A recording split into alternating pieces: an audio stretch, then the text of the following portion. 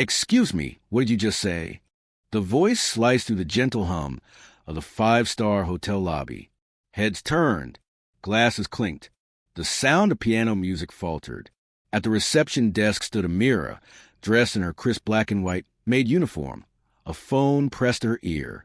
Her brow furrowed slightly, but her voice was calm, steady, fluent. Ja, ik begrijp Nee. Stuur de documenten naar mijn e-mailadres.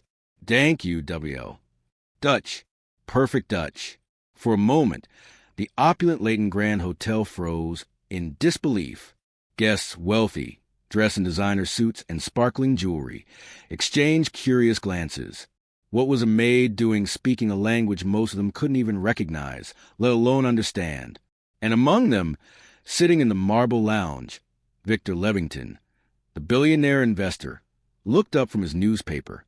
His cold blue eyes narrowed behind gold-rimmed glasses. Did she just speak Dutch? He muttered. His assistant, a young man clutching an iPad, nodded awkwardly. Yes, sir. Sounds like it. Victor's jaw tightened. Interesting. Amira hung up the phone quietly and turned back to her work, picking up a tray of towels as if nothing had happened. But the whispers around her were growing. Who was she talking to? Did you hear that accent? She sounded like she was giving orders. Within seconds, the moment had turned into a silent storm. Then, the sharp click of polished shoes echoed across the lobby marble. Victor was walking toward her. Miss, he said, stopping just behind her. His tone was smooth but heavy with arrogance. I couldn't help overhearing your little conversation. Amira turned politely, her professional smile unfaltering. Yes, sir.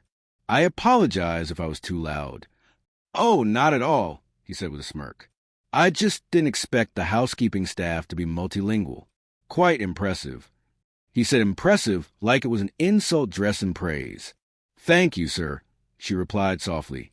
Victor tilted his head. Where did you learn Dutch? Watching YouTube videos while cleaning rooms.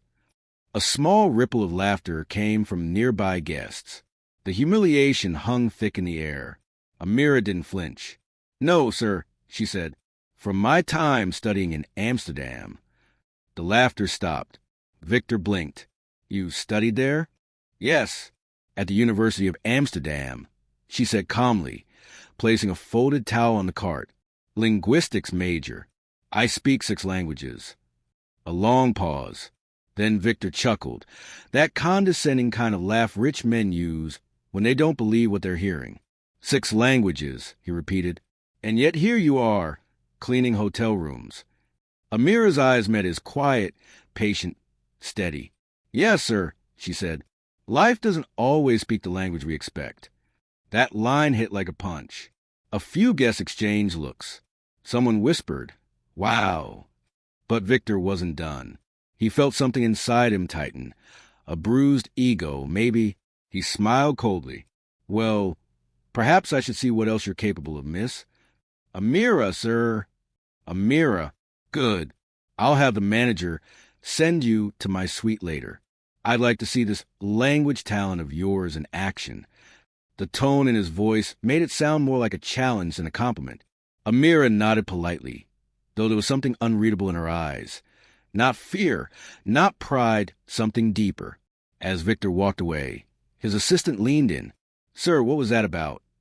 Victor folded his newspaper. Curiosity, he said. Something about her doesn't fit. I want to know why. He didn't know that curiosity would soon destroy his confidence and change the way he saw the world.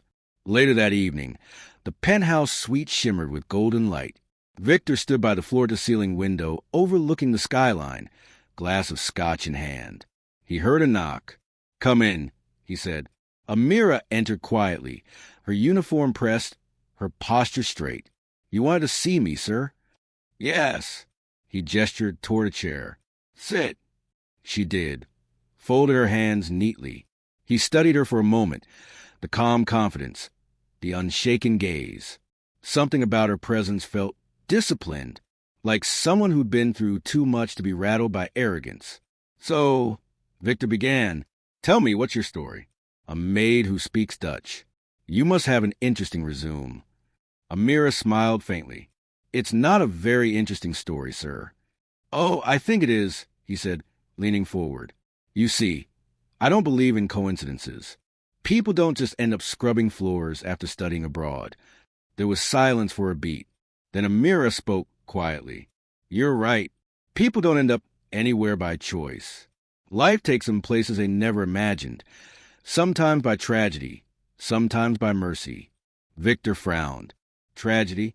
She nodded slowly. My father was a professor in Ghana. He taught languages. We moved to the Netherlands when I was 15. But when he passed away suddenly, I lost everything. My studies, my home. I came here looking for work. This hotel was the first to say yes. Her voice didn't shake once. Victor looked at her differently now. Not quite pity, not quite respect, but something caught between the two. And then, almost instinctively, he said, Say something in Dutch again. Amira raised an eyebrow. Sir, please, he said. She hesitated, then spoke softly. De woord van een mens ligt niet in wat hij bezit, maar in wat hij geeft. Victor stared blankly. What does that mean? It means, she said, meeting his gaze, the value of a person isn't in what they own, but in what they give. The words hit deeper than she knew, because just hours ago, Victor had fired one of his own employees, a man with 3 children, for being 5 minutes late. And for the first time in years, the billionaire didn't have a response. Amira stood to leave, but he stopped her. Wait. She turned. You're wasted in this place, he said quietly. Someone with your mind. Why are you still here? She smiled gently. Because humility teaches more than privilege ever can. Then she bowed her head slightly. Good night, sir. And she walked out, leaving Victor standing in silence, staring at the reflection of his own wealth in the window and wondering, for the first time, what any of it truly meant. Victor Levington couldn't sleep. The city lights shimmered across his penthouse suite, but his mind was louder than the skyline. He poured another glass of scotch, but it didn't burn enough to drown the question echoing in his head. Who is she? He wasn't used to curiosity. Curiosity was for people with time, and time was for people who weren't billionaires. Victor was the man who answered questions, not asked them. But tonight, a maid's voice in fluent Dutch had unsettled something in him that money couldn't quiet. He opened his laptop and pulled up the hotel's internal database. Amira, he typed into the employee search bar. The screen blinked. Amira Boateng. Age, 27. Nationality, Ghanaian. Position, housekeeping. Hired, 2 years ago. No photo other than her staff ID. No details beyond the basics. Victor frowned. He hated incomplete files. 2 years, he murmured. And no one noticed her? He clicked deeper into her record, trying to trace references or employment history, but found nothing. Just one name listed as an emergency contact, Professor Kwame Boateng, deceased. He sat back in his chair. The name stirred something. Boateng, where had he heard that before? He opened a search tab and typed it in. Within seconds, the name popped up again, attached to dozens of articles. Professor Kwame Boateng, celebrated linguist and cultural mediator, dies in tragic accident. Victor scrolled through. The professor had been one of the world's top translators for international peace summits, including events Victor himself had sponsored years ago. A man known for building bridges between nations, fluent in more than 10 languages. Victor whispered the words. The father she lost. Suddenly, the image of Amira's calm eyes came back to him, that quiet intelligence, that grace even when mocked. He closed the laptop. Something told him this was no coincidence. The next morning, Victor arrived at the hotel's executive office earlier than usual. His assistant, Martin, nearly dropped his coffee. Sir, you're here before sunrise. Are we, selling the hotel or buying another country? Victor gave him a flat look. I need you to run a background check on one of our staff. Of course. Which department? Housekeeping. Martin blinked. Housekeeping? Yes. Amira Boateng. The assistant hesitated. Is she in trouble? No, Victor said, his tone unreadable. She's the mystery. Hours passed. At noon, Martin walked back into Victor's office, holding a file. "You're not going to believe this." Victor took the folder and flipped it open.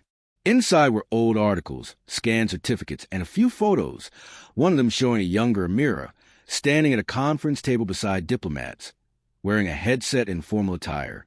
She worked for the United Nations Translation Corps, sir, Martin explained, fluent in Dutch, French, Arabic, and Swahili. Top of her class at the University of Amsterdam. She was one of the youngest linguists ever hired for peace mediation projects. Victor's eyes widened slightly. "Then why is she here?" "That's the thing," Martin said. 2 years ago, there was a scandal involving one of your company's overseas subsidiaries, Levington Global Holdings. There were mass layoffs after a funding withdrawal. One of the affected programs was a language research grant in Amsterdam. Victor froze. "Wait," he said.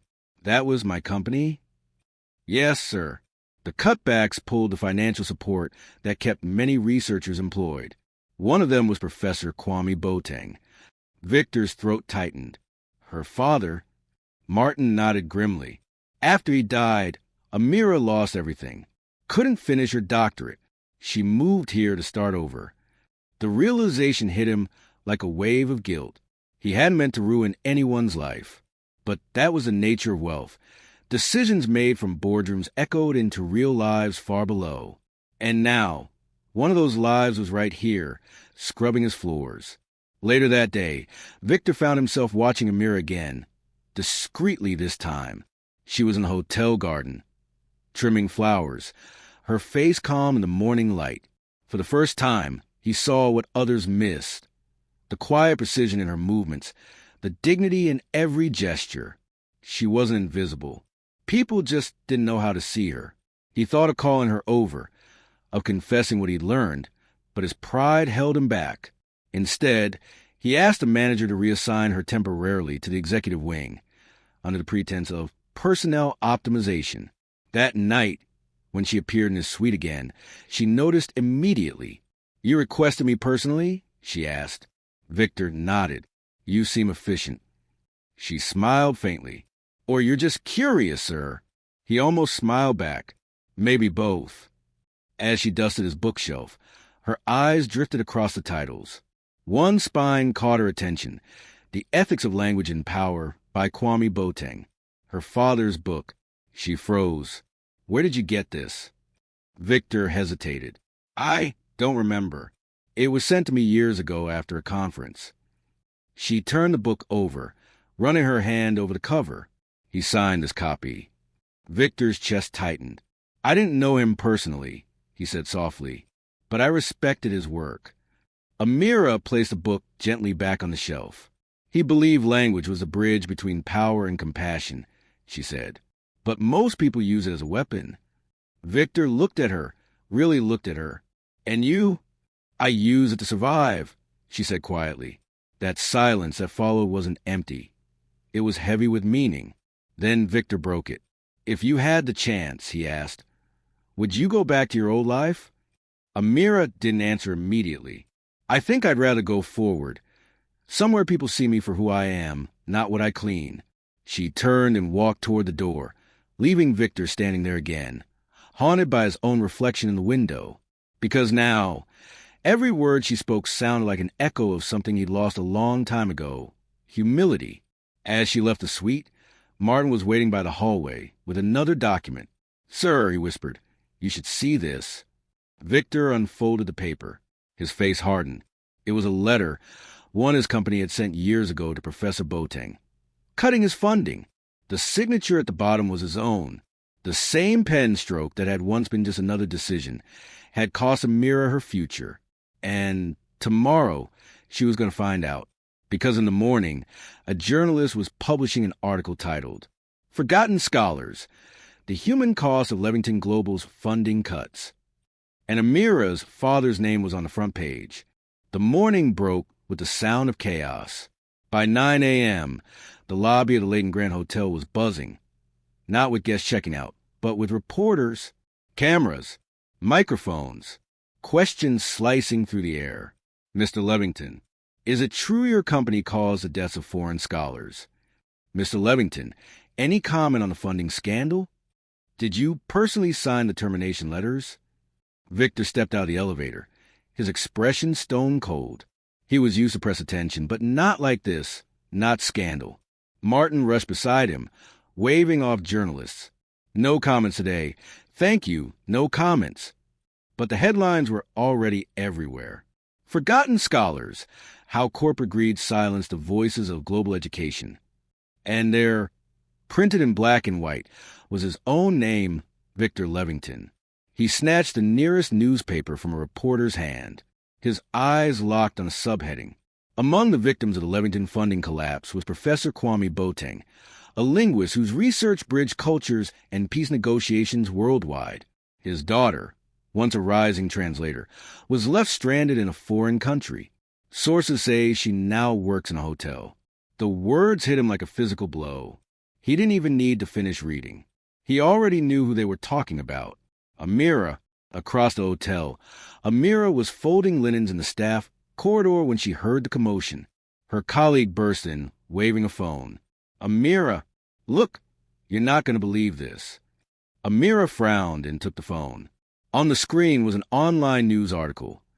The same headline, the same story, and the same photograph of her father she hadn't seen in years. She froze. Her breath caught in her throat. Then she scrolled and saw the signature on the leaked funding document. Victor Levington. The room around her blurred. Her mind raced, back to Amsterdam, to her father's study, to the letter that came the day before his stroke. The letter that said, "We regret to inform you." The letter that destroyed everything. And now she knew who had signed it. In the lobby, Victor faced flashing cameras. He raised a hand. No questions. But one reporter shouted above the crowd, "Is it true one of your hotel staff is the daughter of Professor Boateng?" The world stopped. For a second, Victor didn't move, didn't breathe. Then his jaw tightened. "This press intrusion is unacceptable," he said coldly. "Now, please leave the premises." But the damage was done. The rumor was out. Within minutes, hotel staff were whispering. Guests were checking their phones. The story was spreading like wildfire. "Did you hear? She works here. That maid, the one from the lobby yesterday, she's a professor's daughter." By lunchtime, half the city knew. Amira walked out the staff hallway, into the main corridor. Her hands trembled, but her face stayed calm. She passed by guests who stared and murmured. She didn't stop. She walked straight to the executive floor, straight to his suite. The guards at the door hesitated. She didn't wait for permission. She pushed the door open. Victor turned from the window, startled. "Amira, don't," she said, her voice sharp and steady. Not another word. For the first time, she looked at him not as her employer, but as the man who had rewritten her fate.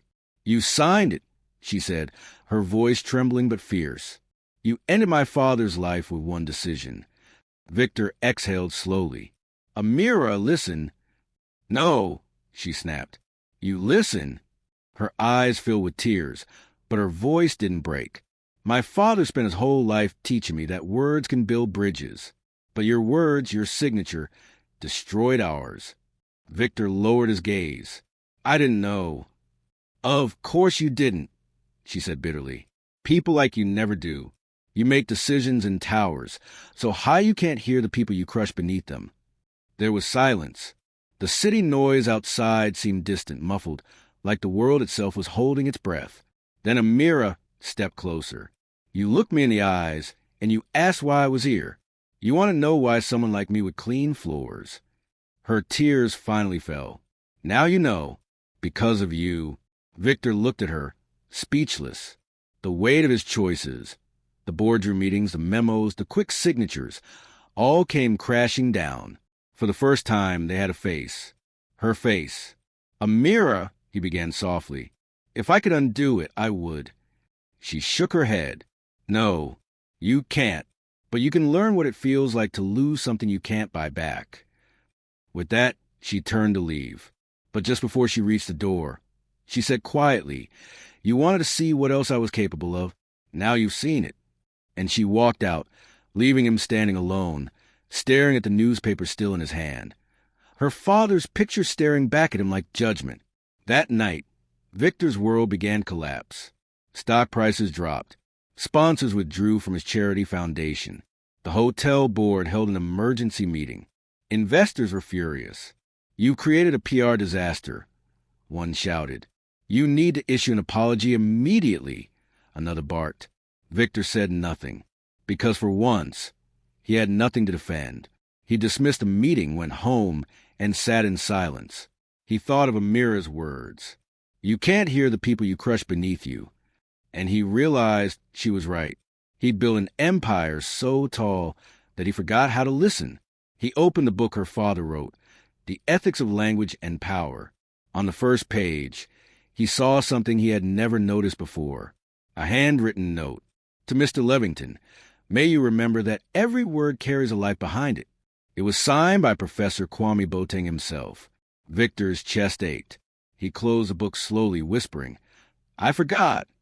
Across town, Amira sat in her small apartment, scrolling through the endless messages on her phone. Reporters wanted interviews. NGOs offered help. Some people called her a hero, but she didn't feel like one. She felt empty. Her father once said, "Revenge only teaches you how to stay angry. Forgiveness teaches you how to be free." But right now, forgiveness felt impossible. Still, deep down, a question gnawed at her. What if he truly didn't know? She closed her eyes. She didn't want to believe it, but something in Victor's eyes that morning didn't look like arrogance anymore. It looked like regret, and that regret was about to turn into something neither of them expected. Because the next morning, Victor Levington disappeared. 2 days passed. The news cycle moved fast, but not fast enough to bury the story. The Levington Foundation's scandal still dominated every headline.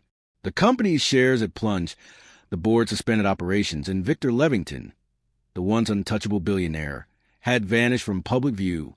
Reporters camped outside his mansion gates. The staff claimed they hadn't seen him since the night of the scandal. Rumors swirled. Had he fled the country? Was he hiding to avoid arrest? Or was it guilt? No one knew. But Amira didn't need to wonder, because on the third morning, she received an envelope under her door. No address, no signature, just her name written in elegant handwriting. Inside was a short note. "Meet me at the harbor. Pier 9, noon. V." Amira stared at it for a long moment. She should have thrown it away. She should have deleted every trace of him from her mind. And yet curiosity, or maybe closure, pulled her toward that pier. The harbor was cold that day. Gulls cried overhead. Ships creaked gently against the docks. Amira spied him almost immediately, dressed not in his usual tailored suit, but in a simple gray coat. He looked older, smaller, like the weight of the last week had crushed years into his shoulders. He turned when he saw her, a faint, uncertain smile on his face. "Thank you for coming," he said quietly. "I almost didn't," she replied. Her voice was calm but guarded. "You disappeared." "I needed to think," he admitted. "Away from everything." Amira crossed her arms. "And what did you figure out?" He took a deep breath. "That the life I built was too expensive. Not in money, in humanity. I built an empire on efficiency and numbers. I forgot that every number had a name." Amira didn't answer. "I read your father's book again," Victor continued, his voice soft. "Do you know what he wrote to me?" She frowned slightly. "You knew my father personally?" He nodded. "Once. A lifetime ago. We met at a conference in Geneva. I was young, ambitious, obsessed with deals and projections. He was the opposite. Calm, patient, wiser than anyone in the room. He told me something I never understood until now." Victor looked out at the water. He said, "When you silence people for profit, you build walls around your own soul." Amira swallowed hard. "And you silenced him." "Yes," Victor said simply. "I did. Not directly, not intentionally. But my decisions killed his dream. And when I saw you in that lobby speaking Dutch, I realized how small my world had become, how blind I was." She didn't speak. The sound of waves filled the silence. Finally, he reached into his coat pocket and handed her a folder. "What's this?" she asked. He hesitated. "My resignation. I stepped down from the Levington Group. Effective immediately. I've sold my controlling shares." Amira blinked. "Why would you?" "To fund something that matters." He handed her a second envelope. Inside was a letter addressed to the World Cultural Education Fund, a grant application for Boateng Language and Leadership Institute. Her eyes widened. "This is your father's dream," he said. "Rebuilt in his name. I want to use what's left of my fortune to make it real, and I want you to lead it." Amira's jaw tightened. "You think money fixes everything?" "No," Victor said softly. "But silence doesn't either. This isn't penance. Amira, it's partnership. I don't want forgiveness. I want to work." For a long time, neither spoke. The wind caught her hair, whipping it across her face. Finally, Amira said, "You can't buy redemption, Mr. Levington." "I know," he said quietly. "That's why I'm not buying it. I'm earning it, one word, one apology, one life at a time." She studied his face. There was something different in his eyes, not pity, not pride, but humility.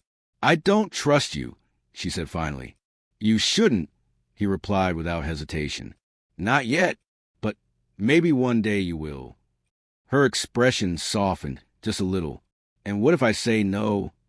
"Then I'll still build it," he said, smiling faintly, "because the world needs your father's voice and yours, even if you never speak to me again."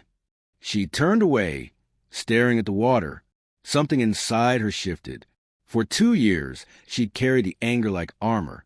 Now, seeing the man who had once stood so tall look so small, so human, it didn't feel like victory anymore. It felt heavy. Later that day, Amira stood outside the hotel for the last time.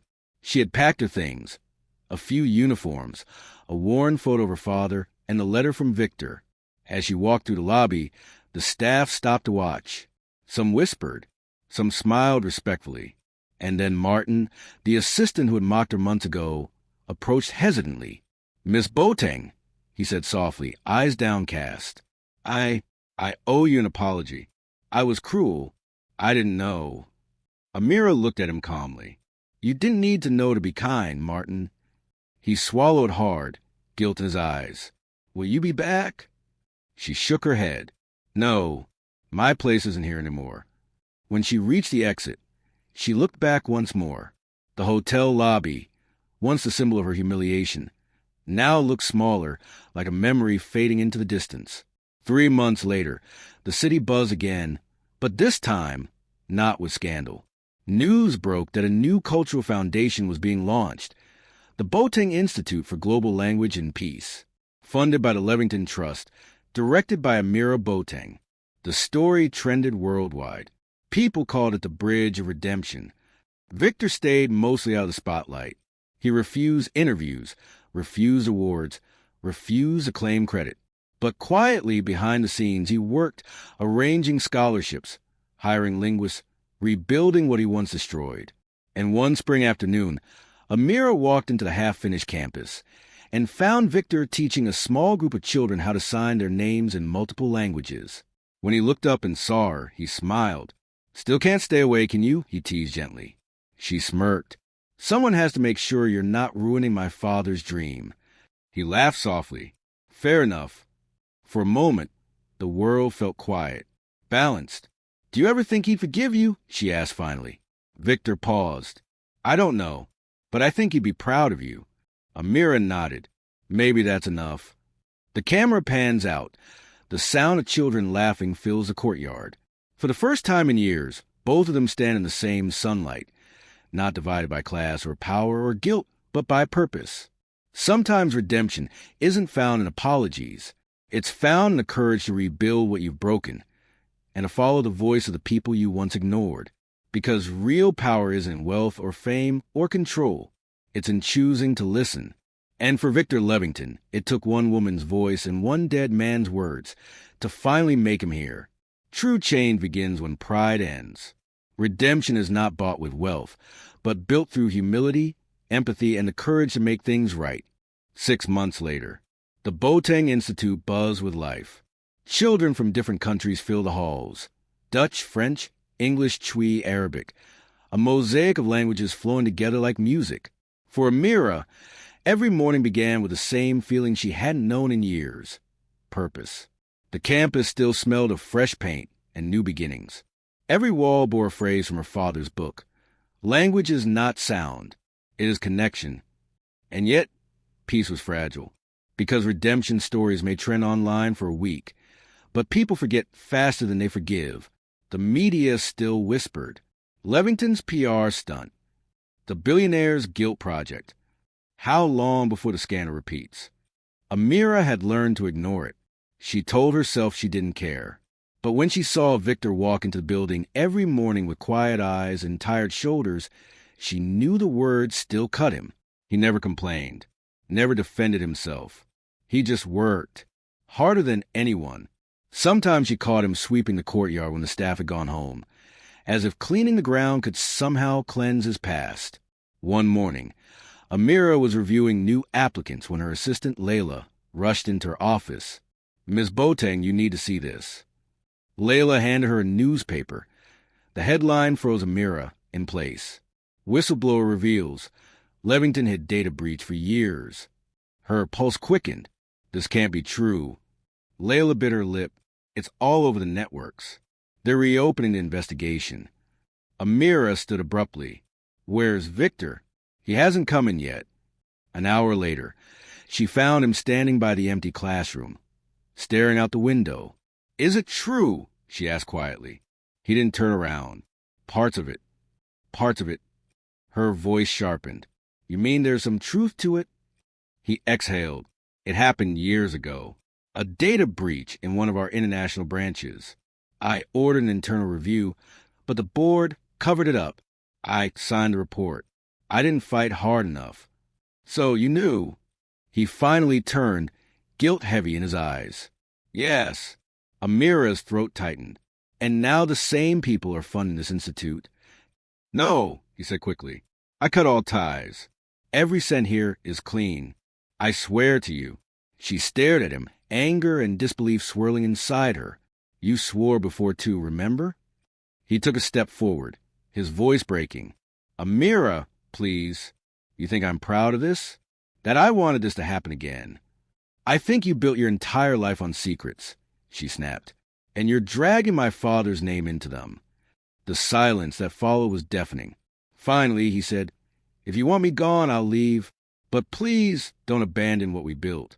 She looked at him for a long, hard moment, then turned and walked away. That night, she couldn't sleep. The headlines echoed in her head. The faces of the children she taught flashed before her eyes. What if they shut us down? What if the Institute becomes another scandal headline? At 2 a.m., her phone buzzed, a message from an unknown number. "If you want the truth, come to the old Levington office." Alone. Her heart raced. It could be a trap, but something inside told her she needed to know. The next morning, Amira stood in front of the abandoned glass tower that once bore the Levington Global logo.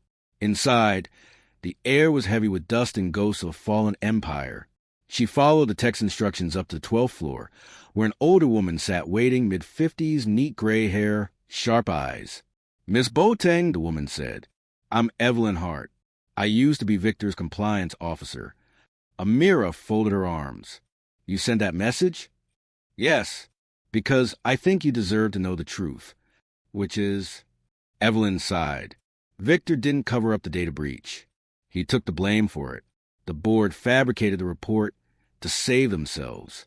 He signed to protect a whistleblower, me." Amira's eyes widened. "What?" "He thought if he fell, the rest of us would be spared. He told the board it was his fault. They forced him out quietly and he disappeared. Until your story went viral, and he saw a chance to do something that mattered again." Amira's throat tightened. "Why are you telling me this now?" "Because he'll never tell you himself," Evelyn said softly. "He doesn't need redemption from the public. Only from you." Amira left the building trembling. The man she had doubted had protected others by destroying his own name. Her anger melted into something heavier, guilt. She had accused him of dishonor, while he carried the weight of silence to protect others.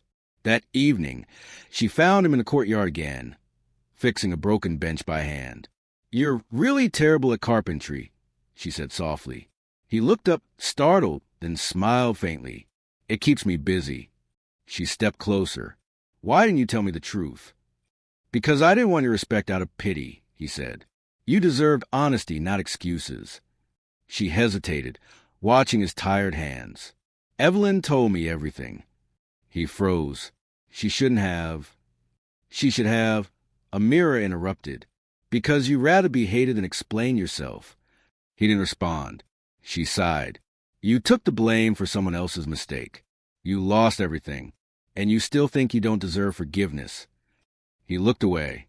"Forgiveness isn't something you earn, Amira. It's something you're given, and I've already taken too much." Amira knelt beside him, voice quiet. "Then maybe it's time you stop taking and start accepting." He met her eyes, and for the first time, she saw tears there. Days later, the media frenzy faded again. The investigation cleared Victor's name, and the story shifted, from scandal to sacrifice. But Amira didn't tell anyone about their late-night talk. Some stories didn't need headlines. Some redemption didn't need applause. A month later, during the first cultural showcase of the Institute, Amira stood on stage addressing the crowd of parents, teachers, and students. "This institute began with a mistake," she said. "But what defines us is not the mistakes we make. It's what we choose to do after them." In the audience, Victor watched silently, his expression unreadable. When the applause rose, he didn't stand to take credit. He just smiled, quietly, proudly, and clapped along, because for the first time in his life, he realized something simple. He didn't need to be the richest man in any room. He just needed to be right in his soul. The night before the Institute's grand reopening, a storm swept through the city. Rain pounded the windows. Thunder rolled across the harbor, and the power flickered. Inside the main hall, Amira and Victor worked by candlelight, putting the final touches on the next morning's ceremony, the one that would host ambassadors, philanthropists, and even the prime minister. "Funny," Victor said with a faint grin, setting down a stack of programs. "A few years ago, I would have paid someone a fortune to do this for me. Now, I'm folding brochures by hand." Amira smiled. "Maybe that's what you needed all along." He chuckled. Humility doesn't come cheap, apparently. The thunder cracked again, but this time, the lights didn't come back on. Amira frowned. "That's the third outage tonight." "I'll check the generator," Victor said, heading toward the back. But as he reached the door, his phone buzzed. One message, flashing in the dark. "If you want to save your institute, meet me outside." "Alone?" He froze. The number was blocked. The message timestamped just now. Outside, the rain hadn't let up. Water streamed down the courtyard steps, and the streetlights flickered. A black car sat idling by the gate. The tinted window rolled down, and Victor's heart sank. Inside sat Derek Shaw, his former CFO, the man who had helped orchestrate the cover-up years ago. "You got nerve showing up here," Victor said coldly. Derek smirked. "Relax, old friend. I didn't come for revenge. I came for business." Victor narrowed his eyes. "You lost the right to call me that." "Sure," Derek shrugged. "But you're going to want to hear this. The Institute's funding account, the trust one helped set up before you quit, it's about to be frozen." Victor's pulse spiked. "What?" "The government's auditors are reopening your case, and if they freeze that money, everything you built goes down with it. The buildings, the programs, everything." Victor clenched his fists. "You did this." Derek leaned forward. "Not yet, but I can undo it. For a price." Victor stepped back. "You haven't changed at all." Derek smiled darkly. "Neither have you. Still trying to save the world one apology at a time." He tossed a folder through the window. It landed in a puddle. "That's the document they'll use to suspend the trust. You got 12 hours before it goes public. You sign my partnership proposal, and I'll make it disappear." Victor stared at him, rain soaking his coat. "You want me to sell out again?" "I want you to survive," Derek said. "You can't build morality on bankruptcy." Victor looked down at the folder, the ink already running the rain, then back at Derek. "Get off my property," he said quietly. Derek laughed. Don't be a fool, Vic. The world already forgot your fall. This time, they'll bury you for good. Victor didn't move. After a long pause, Derek sneered, rolled up the window, and the car drove off into the night. When Victor returned inside, drenched, Amira was waiting. What happened? She asked, seeing his face. He hesitated. Just a ghost in the past. Tell me, she pressed. He sighed and handed her the soggy folder. She skimmed through it. Her eyes widened. This could destroy everything. I know. And you didn't take his deal? He met her gaze. I've made enough deals with the devil, Amira. Her voice softened. Then what do we do? Victor sat down heavily. We tell the truth. Again. Amira blinked. To the press? Tomorrow? At the ceremony? He nodded. Yes. No more hiding. If we lose it all, at least we lose it honestly. She stared at him, then slowly nodded. Then we do it together. The next morning, sunlight poured through the clouds. The storm had cleared, but the air still carried the scent of rain and renewal. Hundreds of guests filled the courtyard. Cameras flashed. Dignitaries applauded. The stage shimmered with banners of the Institute's motto. Every voice deserves to be heard. Amira stepped to the podium first, her calm voice commanding the crowd. 6 months ago, this place was just a dream. Now it's a living bridge, connecting cultures, breaking silence. And it wouldn't exist without one man's courage to admit his mistakes. The audience turned to Victor, who stood off to the side. He hadn't planned to speak, but the moment demanded it. Amira stepped back, nodding toward him. Mr. Levington, the floor is yours. Victor approached the microphone slowly. His reflection stared back from a dozen camera lenses. But for once, he didn't care. He cleared his throat, his voice steady but raw. I used to think silence protected people, that hiding the truth spared pain. I was wrong. The crowd grew still. Years ago, I let greed and fear guide my choices. I built walls where there should have been windows. And I hurt good people, including this woman's father. He looked at Amira, and her. Murmurs rippled through the audience. But today, he continued, I'm not here to ask for forgiveness. I'm here to prove that redemption is not about words. It's about change. He lifted the damp folder and placed it on the podium. This document could shut us down.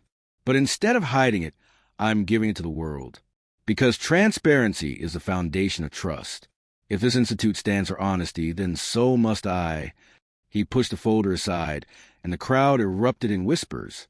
One journalist called out, Are you admitting guilt again, Mr. Levington? Victor smiled faintly. I'm admitting humanity. The applause that followed started small. A few claps, hesitant at first, then swelled into a standing ovation. In the front row, Evelyn Hart wiped a tear. Layla clapped until her hands hurt. And Amira? She just stood there, watching, her eyes glistening with quiet pride. After the ceremony, Victor stood on the balcony overlooking the harbor. Amira joined him. You just risked everything again. He smiled. Some risks are worth taking. She nodded. The account. Do you think they'll still freeze it? Probably, he said with a shrug. But maybe that's not what matters. She smiled. What does? He turned to face her. That for the first time in my life, I didn't lie to protect myself. I told the truth to protect others. Amira looked out at the children playing below, laughing in a dozen languages. You finally listened, she said softly. He smiled. And you finally spoke. Weeks later, an envelope arrived at the Institute, stamped with the seal of the Ministry of Education. Inside was a letter. The Board of Inquiry has concluded that no wrongdoing was found in the Levington Trust. The Institute's funds are secured. Please continue your invaluable work. Amira handed the letter to Victor, smiling.